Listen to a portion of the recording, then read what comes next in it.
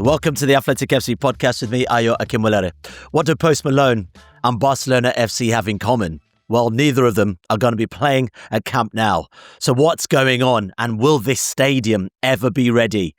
Right, with us all the way from Barcelona, we have Ballus and Laia, Cervello, Herrero as well. Now, both of you contributed to a piece on The Athletic titled Barcelona Camp Nou, Chaos leaves Spanish champions without a home. What is next? First and foremost, Paul, let me ask you this question before we get into this. Camp Nou or Nou Camp? Where are we going with this? Yeah. Thank you very much for asking this question so I can lay it all out. It's just Camp Nou.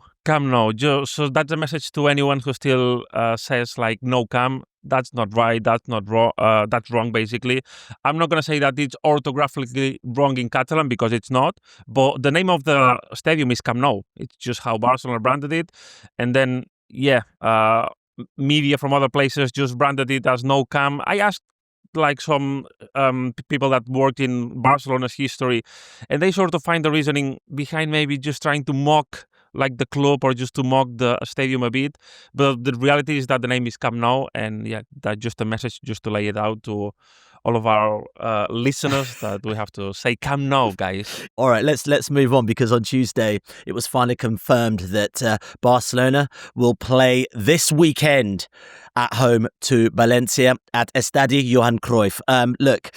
Firstly, why are they playing at a different stadium? But secondly, what has Post Malone also got to do with this? Because that's what I'm really interested in. So basically, they are playing at the Johan Cruyff Stadium because the Camp Nou is not ready. That's the plain statement. Barcelona wanted to be back at the Camp Nou this season, but they cannot because they don't have the licenses, they don't have the permits to go back there. And then they looked outside of the Camp Nou where basically they could play.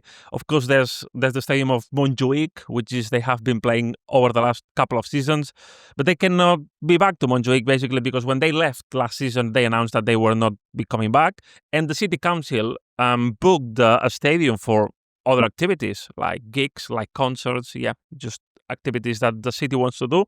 And this weekend, there's a gig scheduled of Post Malone. The gig has already pretty much everything sold. It's going to be at the stadium, and it means that the pitch won't be ready just to hold a concert from Post Malone and then just change everything and put a brand new football pitch just to play a La Liga game. It's just not possible to do. So Montjuic was off the table for Barcelona, and they had to look at basically just other options. And the other option that they had in hand was playing at the Johan Cruyff Stadium, which is the stadium that they have in their training centers where the second team and the women's team play.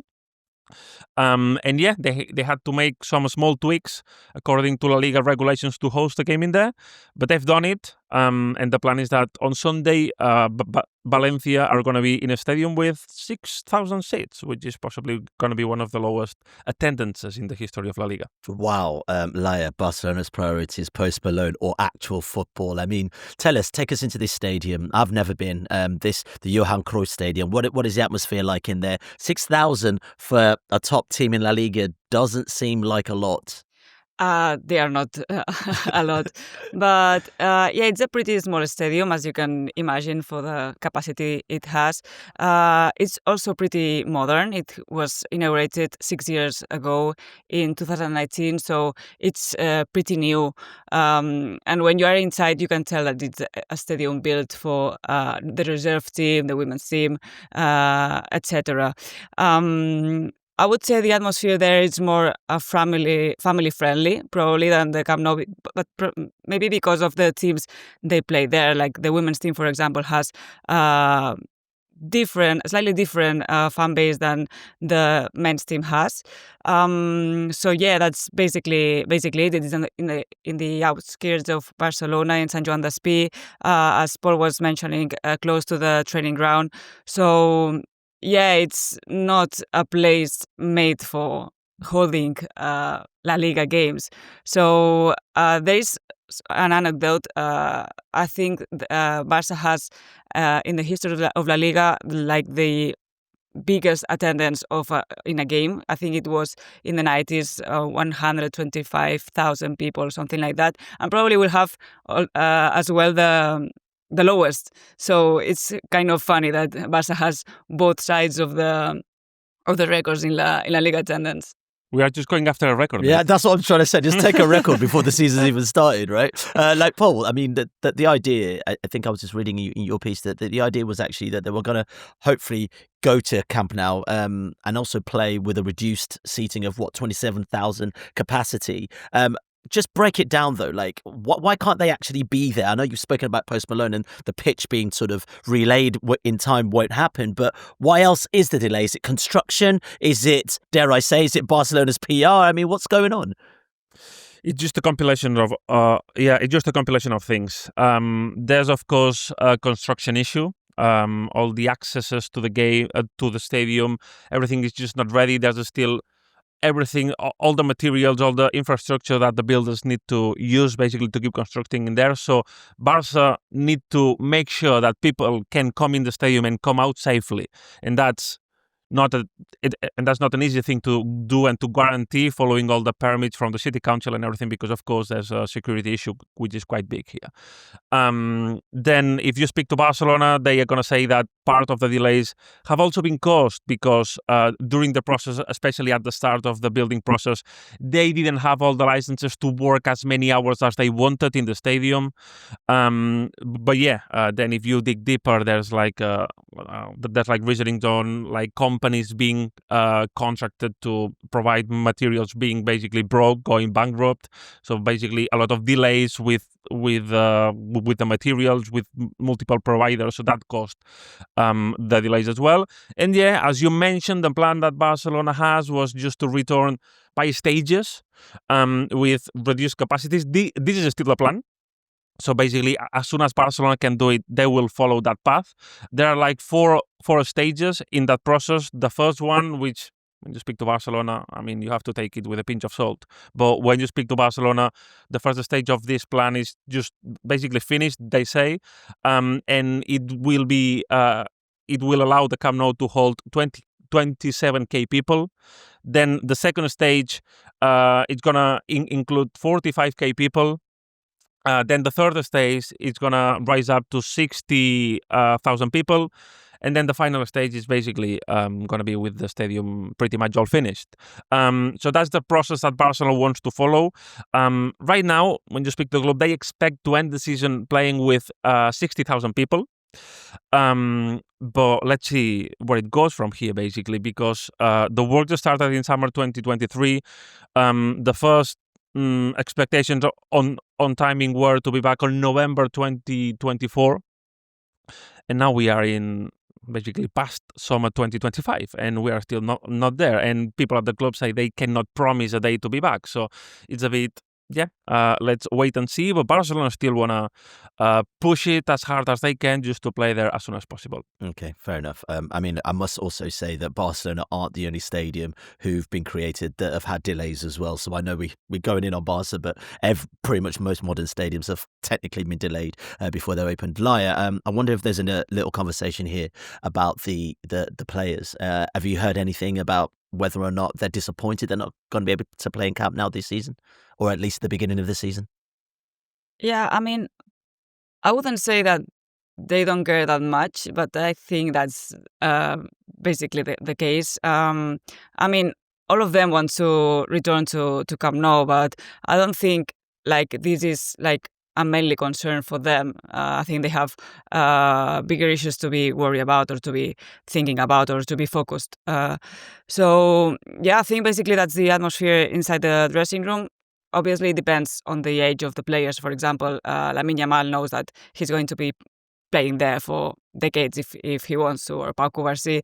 There are other players that maybe, like for their age, they are not going to do that. For example, I remember Íñigo Martinez talking in an interview, I think it was for Gigantes, but I don't want to get wrong with that, saying that the only thing he regretted from playing at Barca was not being able to make his debut on Camp Nou, and he was there for 2 years. And in Barcelona, everybody considered him kind of I wouldn't say a legend, because he only was there for 2 years, but he was well loved in the city. So yeah, I think they are just patient with that. They are just used to playing in other stadiums that are not Camp Nou. So Yeah, they are willing to come back, but it's not the biggest concern they have right now. I would say at least with the people I have been able to talk to. Okay, Paul, look, we'll talk about finances a little later, but I'm just wondering whether we can talk about the fans as well, because finances just sort of sit with this question really in terms of what do they think fans that might want to maybe book tickets or maybe have a season ticket for the season at hand. I mean, where do they go and who gets first dibs at a 6,000 seater stadium?